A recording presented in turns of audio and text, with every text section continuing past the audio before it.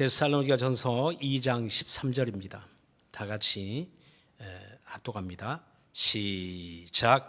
이러므로 우리가 하나님께 쉬지 않고 감사함은 너희가 우리에게 들은 바 하나님의 말씀을 받을 때 사람의 말로 아니하고 하나님의 말씀으로 받음이니 진실로 그러하다. 이 말씀이 또한 너희 믿는 자 속에서 역사하느니라. 아멘. 요즘 유행하고 있는 신종 코로나 바이러스 때문에 우리나라뿐만 아니라 전 세계가 아주 두려움을 가지고 있습니다. 특별히 중국에는 이제 확진자가 1만 명이 넘었고 또 사망자가 250명 이상이라고 합니다. 그런데 이 전염병이 두려운 이유가 무엇일까요? 그것은 아직 개발된 백신이 없고 치료약이 없다는 사실입니다. 그러니까 이와 같이 세상에 돌고 있는 이런 새로운 신종 바이러스도 약이 있다면 문제가 없죠.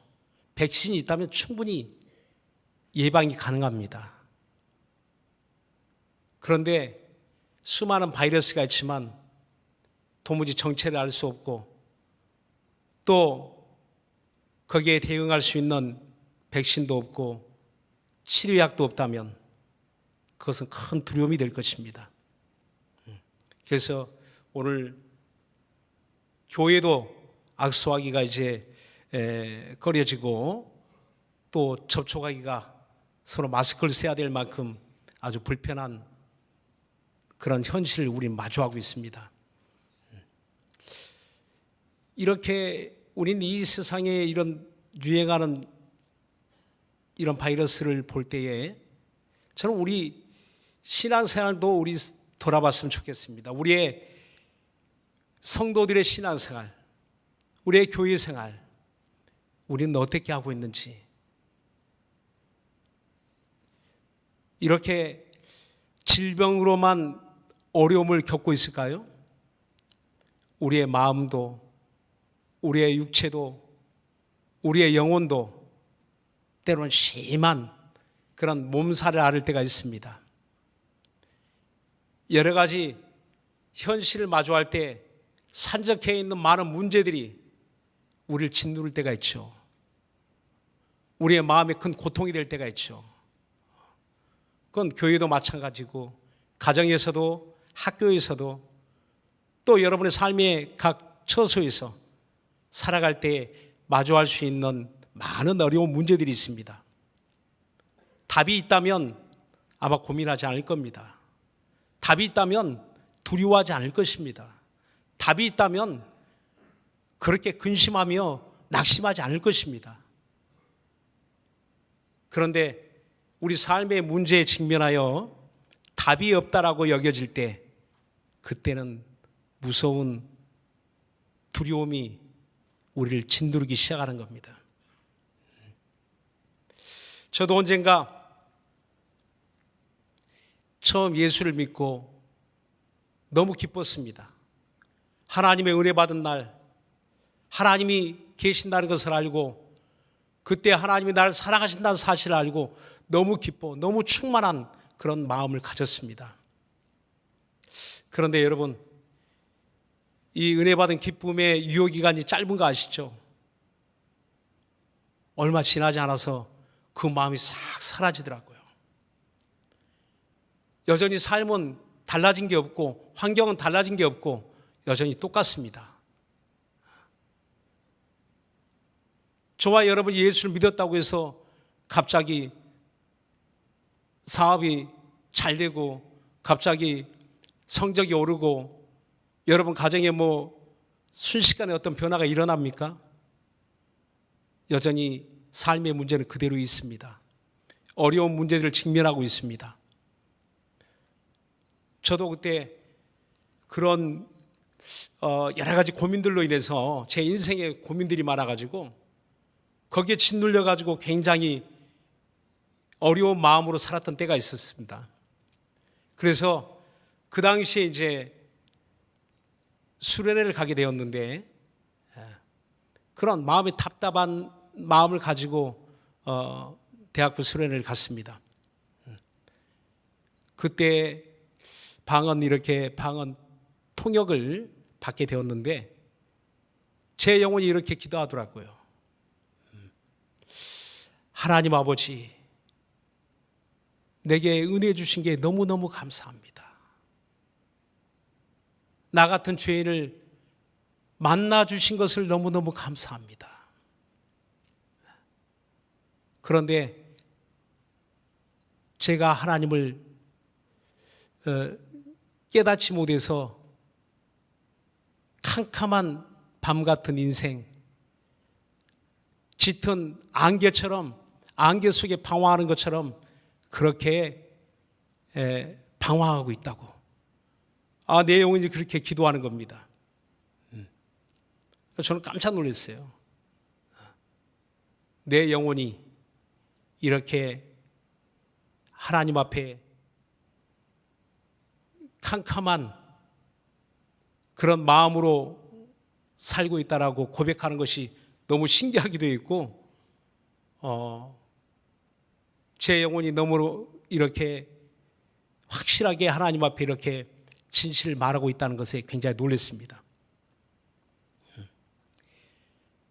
너는 내게 와서 부르짖으라. 내가 알지 못하는 크고 비밀한 일을 내게 보이리라 라고 주님이 내게 항상 그 주시는 말씀이 있는데도 불구하고 기도할 줄을 몰랐어요. 그래서 때로는 몇 마디 기도하고 나서도 돌아서고 나서 또 근심하고 또 걱정하고 또 염려하고 이런 생활이 반복될 때 이런 놀라운 체험을 가지게 되었는데, 그때 생각되던 것이 하나님의 은혜를 받고도 하나님이 안 계신 것처럼 살 수 있구나. 하나님을 만나는 그 체험을 가지고서도 내 삶의 현장에는 그 문제가 너무 크고 그 문제가 너무 어렵게 보이기 때문에 그 두려움이 엄습하여 마치 하나님은 보이지 않고 하나님이 안 계신 것처럼 그렇게 행동할 수 있구나 하는 것을 깨닫게 되었습니다. 우리 예수 믿는 사람들 어떻게 살아야 됩니까? 성경은 이렇게 우리에게 말씀합니다. 시편 119편 105절에 보니까 주의 말씀은 내 발의 등이요 내 길의 빛이니이다 라고 시편 기자가 고백합니다. 편안하고 문제없을 때 하는 고백이 아니라 고난이 더욱 깊어질 때, 자기의 생명을 취하려고 덤벼드는 악인이 가까이 다가왔을 때, 그 생명의 위협 앞에서 고난이 더할 때, 겹겹이 쌓여 있을 때 시편 119편의 그 1절로부터 끝까지 그런 하나님 앞에 주의 말씀으로 살고자 간구하고 있습니다. 내가 주의 말씀을 내 발의 등이요 내 길의 빛으로 삼았음을 고백하고 있는 겁니다. 그러니까 편안할 때, 우리의 환경이 좋을 때 하나님 말씀 의지하고 사는 게 아니라 힘들고 더 어려울 때, 답답할 때, 두려움이 있을 때, 겁이 날 때, 그때 진정 주의 말씀이 우리 발의 등이요 우리 길의 빛이 되어 주신다는 겁니다. 여러분, 캄캄한 밤길 걸어보신 적 있나요? 앞이 보이지 않는 달빛도 별빛도 없는 그 시골길을 걸어보신 적 있나요? 그때 손에 든 작은 전등 하나가 그 길을 환히 비춰줍니다. 내가 가야 할 그 길이 어둡지 않도록, 저 태양빛이 아니라도, 별빛이 아니라도 그 캄캄한 밤에 손에 든 작은 전등 하나의 그 불빛이 길을 찾도록 확실히 내 앞에 빛을 비춰주는 것처럼 오늘 저와 여러분의 인생에 답이 없는 게 아니고, 우리 신앙생활에 답이 없는 게 아니고, 우리 교회에 답이 없는 게 아니라 답이 있습니다. 하나님의 말씀, 주의 말씀이 저와 여러분에게 답이 된다는 것을 믿으시기 바랍니다. 또 잠언서 3장 5절 6절에 이렇게 말씀합니다. 너는 마음을 다하여 여호와를 의뢰하고 내 명철을 의지하지 말라. 너는 범사에 그를 인정하라. 그리하면 내 길을 지도하시리라. 라고 이렇게 말씀합니다. 하나님을 인정하라는 것입니다. 범사에 교회 아니든지 밖이든지 집안이든지 회사이든지 하나님을 인정하라는 겁니다. 오늘 저와 여러분의 신앙이 어디에 있습니까? 하나님을 인정하는 것이거든요. 내가 믿음이 있다 하면서도 하나님을 인정하지 않고 산다는 것은 하나님이 없는 것처럼 사는 겁니다. 교회에서 예배할 때만 하나님이 계신 게 아니라 실제는 우리가 어디를 가든지 그곳에 하나님이 함께하고 있지 않습니까? 내 영혼 속에 주님이 성령으로 우리 가운데 들어오셔서 함께하고 있지 않습니까? 그런데 우리의 육체의 미련함이, 우리 육체의 이런 어리석음이 우리의 마음에 어두워져서 깨닫지 못하고 있는 것이지 하나님이 안 계신 것이 아니거든요. 어디를 가든지 어디에 있든지 무엇을 하든지 우리 신앙은, 내가 믿음이 있다는 것은 거기서 하나님을 인정하는 것입니다. 그리할 때 하나님이 너를 지도하시리라 라고 말씀합니다. 그때 하나님이 우리의 삶을 주관하시고 인도해 주시겠다는 겁니다. 그때 우리는 하나님의 지도를 받을 수 있습니다. 그때 우리는 하나님이 우리 앞에 문을 열어주시고 길을 열어주신다는 것을 우리는 알 수가 있는 겁니다. 우린 이렇게 우리 신앙이 어디에 있는지, 진짜 하나님이 살아계신 것을 믿으십니까? 여러분, 다시 한번 묻겠습니다. 하나님이 살아계신 것을 믿으십니까? 그렇다면 하나님을 모든 삶 가운데서 범사에 인정하시기를 바랍니다. 우리 믿음이 이렇게 하나님을 인정하고 신뢰하는 것을 말하는데, 오늘날 가짜 교회, 가짜 목사, 가짜 신자, 그런 가짜가 많은 시대를 우리는 살고 있기 때문에 혹시 우리 믿음도 잘못된 것이 아닌지, 가짜를 진짜로 알고 있지는 않은지 잘 분별해야 된다고 그렇게 여겨집니다. 오늘 성경 본문에서 우리는 진짜 교회, 진짜 성도들을 만날 수 있습니다. 도대체 어떤 교회, 어떤 성도들일까요? 바로 데살로니가 교회, 데살로니가 성도들입니다. 데살로니가 교회는 유럽에 세워진 두 번째 교회입니다. 빌립보 교회가 먼저 세워지게 되죠.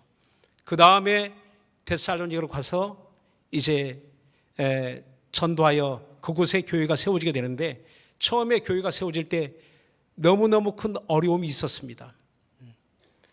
그저 평탄한 가운데 세워진 교회가 아니라 큰 어려움 가운데 세워진 교회고, 또 그곳에 전도한 지 얼마 되지 않아서 이제 쫓겨나다시피 사도 바울과 그 일행이 그곳에서 그들에게 반대하고 그 회방하는 유대인들에 의해서 쫓겨나다시피 그곳을 빠져나오게 됩니다.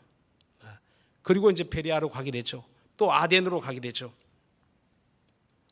이렇게 데살로니가 교회에 대해서 우리가 아는 것은 교회가 세워진 지 얼마 되지 않은 어린아이와 같은 교회라는 사실입니다. 그런데 놀라운 일은 그 다음에 일어납니다. 자, 그 다음에 어떤 일이 그 교회에서 일어나고 있을까요? 이렇게 갑작스럽게 얼마 되지 않은 시간 동안에 짧은 복음의 메시지를 듣고 생겨난 교회, 어린아이 같은 교회, 그 교회에 그 다음에 어떤 일이 일어났을까요? 자, 데살로니가전서 1장 6절 7절 말씀을 우리 함께 보도록 하겠습니다. 모니터 보면 되겠습니다. 또 너희는 많은, 다 같이 한번 읽어봅시다. 시작. 또 너희는 많은 환난 가운데서 성령의 기쁨으로 도를 받아 우리와 주를 본받은 자가 되었으니 그러므로 너희가 마게도냐와 아가야 모든 믿는 자의 본이 되었는지라. 또 1장 8절 보겠습니다. 시작. 하나님을 향하는 너희 믿음의 소문이 각처에 퍼진 거로 우리는 아무 말도 할 것이 없노라. 그렇습니다. 많은 환난 가운데서 하나님의 말씀, 진리를, 하나님의 도를 받았다는 겁니다. 그런데 그런 환난으로 인해서 말씀을 빼앗기고 믿음이 무너지고 교회가 무너지지 않았다는 사실입니다. 오히려 그 환난 속에서 말씀을 받은 그들에게서 어떤 일이 일어났을까 보니까 마게도냐와 아가야 모든 믿는 자의 본이 되었다는 겁니다.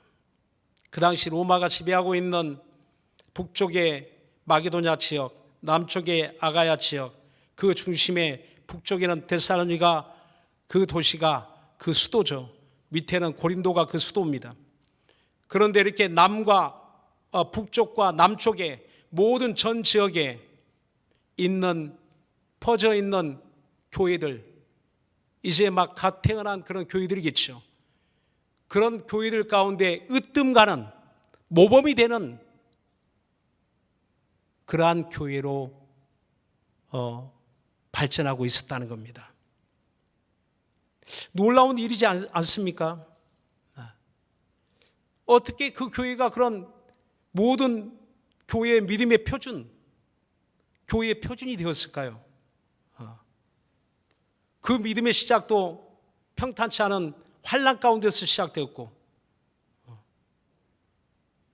그렇습니다. 환난 없는 믿음이 아니라 오히려 많은 환난 가운데서 위대한 믿음은, 위대한 교회는 탄생한다는 사실입니다. 그 모습은 성령의 기쁨으로 진리의 말씀을 받았고, 성령의 기쁨으로 말씀을 받았다는 것은 오늘 성경 본문 2장 13절에 하나님의 말씀을 사람의 말이 아니라 하나님의 말씀으로 받았다는 사실입니다. 그러니까 그 말씀을 받았다는 그 의미가 단순히 들었다는 그 의미만 말하지 않습니다. 오늘 본문 2장 13절에 보면 하나님의 말씀을 받았다라는 말이 두 번 나오게 되는데, 말씀을 받다라는 그 말의 의미가 다르게 사용되고 있다는 것이에요. 첫 번째, 그 받다란 말은 파랄라 본테스라는 말로 누구나 객관적으로 받는 말씀을 말합니다. 귀가 있는 사람은 누구나 말을 들을 수가 있어요. 귀가 있는 사람 누구나 하나님의 말씀을 들을 수가 있습니다. 예배당에서 우리는 누구나 하나님의 말씀을 듣고 있습니다. 이런 객관적인 사실을 두고 말씀을 받다라고 이야기합니다. 그러니까 오늘 교회에서든지 집에서 누구든지 성경을 읽으면 하나님의 말씀을 받을 수 있어요. 그런데 그 다음이 문제입니다. 그 다음 두 번째, 하나님의 말씀을 사람의 발로 아니하고 하나님의 말씀으로 받다라고 할 때에 그 받다라는 말은 에덱사데스라는 헬라의 원어로 찬성하고 환영하며 그 사람이 주관적인 입장에서 하나님의 말씀을 받는 것을 말합니다. 그러니까 하나님의 말씀을 누구나 들을 수는 있는데, 받을 수는 있는데, 문제는 그 다음입니다. 그 말씀을 하찮은, 저 사람 설교 잘하네? 뭐 성경에 이런 교훈도 있네? 라고 쉽게 간과하고 넘어가는 사람, 그냥 일반 교훈으로 받고 넘어가는 사람, 또 하찮은 말로 받고 넘어가는 사람이 있는가 반면에 이 말씀은 내가 꼭 지켜 순종해야 될 하나님의 말씀이다.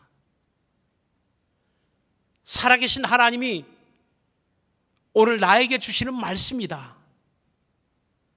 내가 순종해야 될 말씀이다. 라는 뜨거운 감동과 더불어서 하나님 앞에서 말씀을 받는 것을 말합니다. 이것이 두 번째 이렇게 말씀을 받다라는 의미라는 것입니다. 저와 여러분이 지금까지 어쩌면 신앙은 감정과 애정과 이런 그 감정과 애정을 제외하는 것이 마치 우리의 믿음인 것처럼 생각했습니다.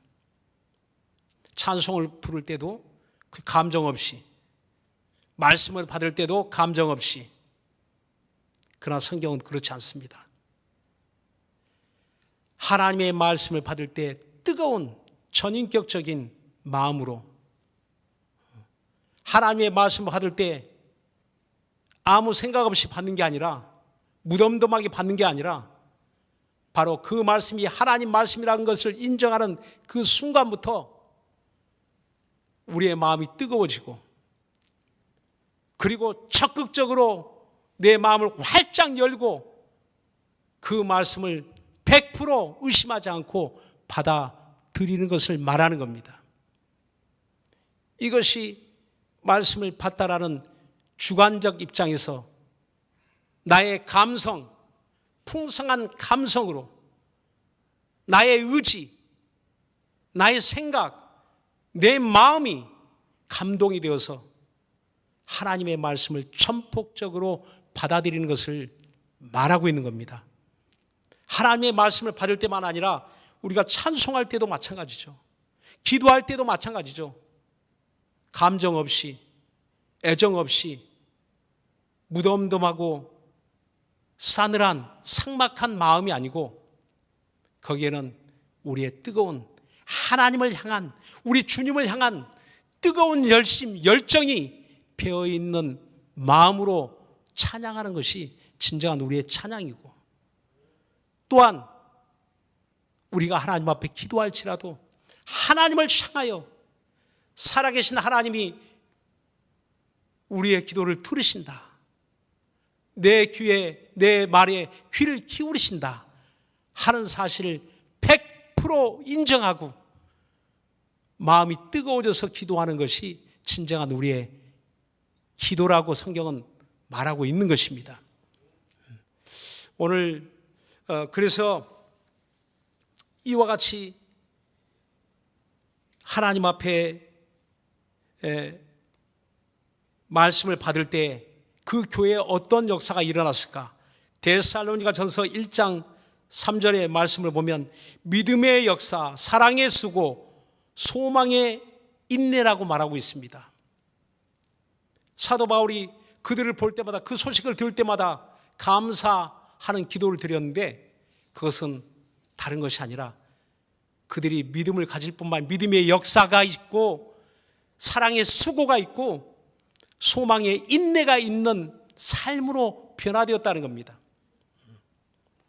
몇 개월 채 되지 않은 교회의 성숙한 모습이죠. 놀라운 변화의 결과입니다. 어린아이 같은 믿음인 줄 알았는데 오히려 모든 교회가 본받아야 할 교회와 성도의 모습으로 발전한 것입니다. 사도 바울도 그 소식을 듣고 깜짝 놀라 쉬지 않고 하나님께 감사했다고 그렇게 고백하고 있습니다. 하나님이 하셨다는 것입니다. 우리 교회도 성도들도 결코 늦은 것이 아니죠. 하나님이 교회 개혁의 길로 부르실 때는 하나님의 예비하신 계획이 있습니다. 우상을 섬기는 데살로니가 이방인들도 복음을 듣고 즉시로 하나님께 돌아와서 모든 교회가 본받아야 될 믿음의 표상으로 하나님이 삼으신 것처럼 우리 교회도 3년이란 짧은 시간 동안에 많은 변화를 가져왔습니다. 3년 전 그때를 여러분 기억하고 계십니까? 이곳에서 전기도 끊어지고 불빛도 없고 캄캄한 동굴 같은 카타콤 예배를 드린 것을 여러분 기억하십니까? 그때 저는 현장에 있었고 한 번은 사회를 보았고 한 번은 말씀을 전하게 되었는데 모든 예배 환경이 채 잘 준비도 되지 않고 여러분이 핸드폰 불빛에 의지해서 성경을 읽지 않았습니까? 그리고 강단의 어설픈 설교, 잘 들려오지 않는 작은 그 마이크 소리에 여러분 귀를 기울이면서 그 말씀을 받으려고 완전히 마음을 쏟아붓고 귀를 기울이지 않았습니까? 우리는 진짜 예배가 무엇이라는 것을 그때 우리는 알게 된 것입니다. 수십 년 동안 신앙생활을 해왔지만 하나님이 그 캄캄한 동굴 예배를 통해서 하나님이 우리에게 알게 해주신 겁니다. 우리 개혁교회의 모습에 진짜 나아가야 될 우리의 예배가, 우리 교회가 어떤 교회가 되어야 될지 하나님이 우리로 하여금 보여주신 겁니다. 그때 우리는 그 말씀에도 큰 은혜를 받고 하나님 앞에 이제는 막 움직이기 시작하죠. 우리의 이러한 개혁하는 교회의 모습은 한국 교회, 이젠 전 세계 교회에 큰 충격을 주고 있습니다. 우린 성경대로 살려고 하는 우리의 몸짓 오늘도 계속 이어지고 있습니다. 어제도 이곳에 오셔서 지금 여러분들이 앉고 있는 의자 얼마 전까지만 해도 끄떡끄떡 움직이고 소리나고 삐그덕거리는 그 의자가 이젠 소리가 나지 않습니다. 이제 구멍나고 찢어진 의자가 깨끗이 수리되었습니다. 사랑의 집수리 봉사하시는 우리 집사님들이 이제는 집수리가 아니고 하나님의 집, 우리가 예배하는 하나님의 집, 우리 예배당에 오셔서 또 다 수리를 이제 마쳤다고 합니다. 이런 누가 시켜서 하는 겁니까? 누가 월급 줘서 하는 겁니까? 그런데도 신기하게 마음이 감동이 되고 자원하는 마음이 들어서 한두 사람 또 세 사람 네 사람 모여서 집수리 봉사단이 되어 어려운 가정들을 찾아다니며 도움을 주고 있고 또 오늘 그리스도의 몸된 교회에 예배하는 이 예배 처소를 고치기 시작합니다. 이것뿐이겠습니까? 우리 청소년들 사랑의 연탄 배달 누가 시켜서 아르바이트해서 이거 한다면 누가 하겠습니까? 누가 그런 알바를 하겠습니까? 그런데 마음에 감동이 있거든요. 하나님이 그 마음들을 감동하시니까 하나님의 말씀에 붙들려서 그런 수고, 사랑의 수고를 마다하지 않습니다. 어린아이 같은 교회, 데살로니가 교회가 그렇게 고생을 마다하지 않고 그 환난 가운데서 서로를 붙들어주고 그 고난을, 그 환난을, 그 문제를 넉넉히 이겨냈던 것처럼 우리 교회도 엄청난 교회 시련을, 환난을, 고난을 현재 이겨내고 있습니다. 우리 무엇이 우리를 이렇게 하게 할 수 있을까요? 똑똑하고 유능한 지도자입니까? 잘난 사람이 앞에서 인도하기 때문일까요? 저와 여러분이 잘 알고 있는 것처럼 잘나고 똑똑한 사람 없습니다. 다 사라졌습니다. 그럼에도 불구하고 누가 앞에서 이래라 저래라 강력한 카리스마를 가지고 지시하지 않아도 지금 우리 성도들의 모든 봉사하는 모습은 식당에서도 만나성교회 봉사를 통해서 힘들고 어렵지만 매 주간 우리 모두의 예배하는 자들의 식사를 준비하느라고 그 손길이 쉬지 않습니다. 또 새벽부터 나와 봉사하는 우리 성가대, 또 안대위원들, 또 차량봉사위원들, 너나 할 것 없이 교회에서 월급 받고 하는 거 아닙니다. 그럼에도 불구하고 뜨거운 마음으로 봉사할 수 있는 것은 하나님의 말씀을 감동으로 받은 것처럼 이젠 삶으로 그런 변화가 일어나게 되는 것입니다.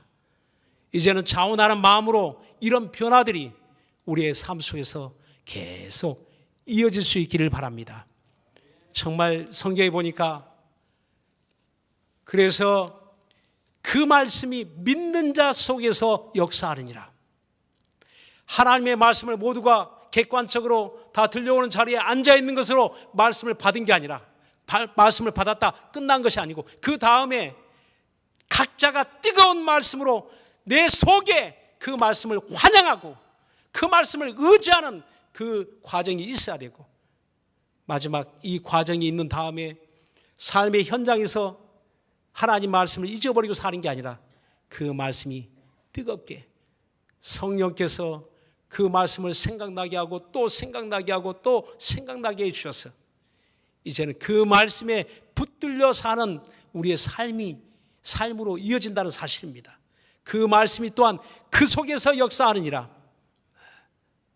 어떤 백부장이 주님께 나와 주여 말씀만 하시옵소서. 주님을 만난 순간 그는 주님께 말씀을 간구했습니다. 말씀만 하옵소서. 그때 주님이 그 백부장에게 일러주시죠. 내 믿은 대로 될지어다 하니 그 시로 그의 종이 나은지라 라고 했습니다. 주님께로 나오는 그 말씀은 그대로 믿음을 통해서 역사하고 있다는 겁니다.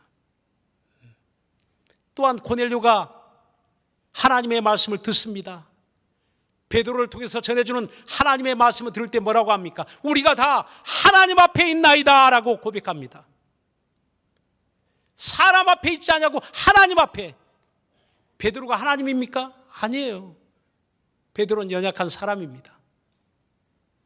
근데 베드로가 가지고 온, 베드로가 의지하고 있는, 베드로 속에 들어있는 그 입에서 나오는 그 말이 곧 하나님의 말씀, 복음을 받을 때 그 복음이 하나님 말씀, 그 진리가 하나님 말씀으로 그런 마주하고 있다는 사실입니다.